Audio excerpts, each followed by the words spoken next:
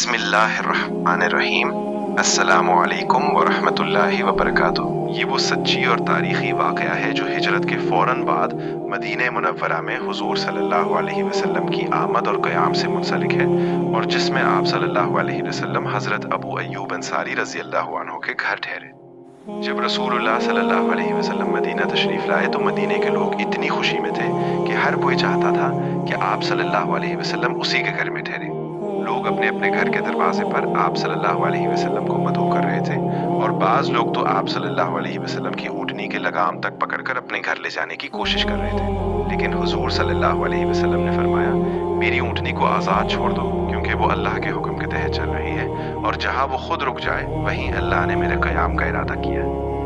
پھر وہ اونٹنی آگے بڑھتی گئی اور آخر کار بنو نجار کے ایک علاقے میں رک گئی، جہاں زمین دو یتیم بچوں سہل اور سہیل کی تھی۔ یہی وہ جگہ تھی جہاں بعد میں مسجد نبوی صلی اللہ علیہ وسلم اور گھر بنے۔ اسی جگہ کے قریب حضرت ابو ایوب انصاری رضی اللہ عنہ کا گھر تھا۔ چونکہ آپ صلی اللہ علیہ وسلم کی اونٹنی نے وہی رکنا چاہا، ابو ایوب انصاری رضی اللہ عنہ نے فوراً رسول اللہ صلی اللہ علیہ وسلم کا سامان اپنے گھر لے جایا تاکہ آپ صلی اللہ علیہ وسلم وہاں قیام فرمائیں۔ حضور صلی اللہ علیہ وسلم نے اس کے ساتھ چلتے ہوئے ان کے گھر تشریف لائے۔ ابو ایوب انصاری رضی اللہ عنہ کا گھر 2 منزلہ تھا۔